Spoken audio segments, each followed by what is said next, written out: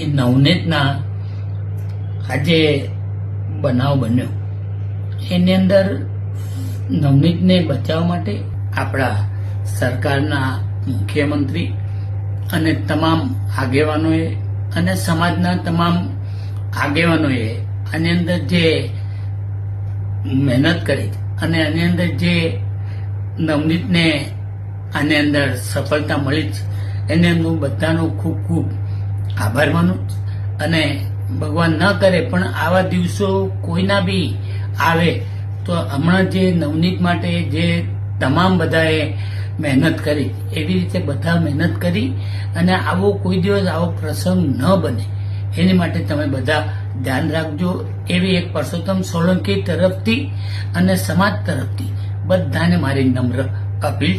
આટલું કહી વિનવું અસ્તુ. ભારત માતા કી જય. બધાને મારા સીતારામ.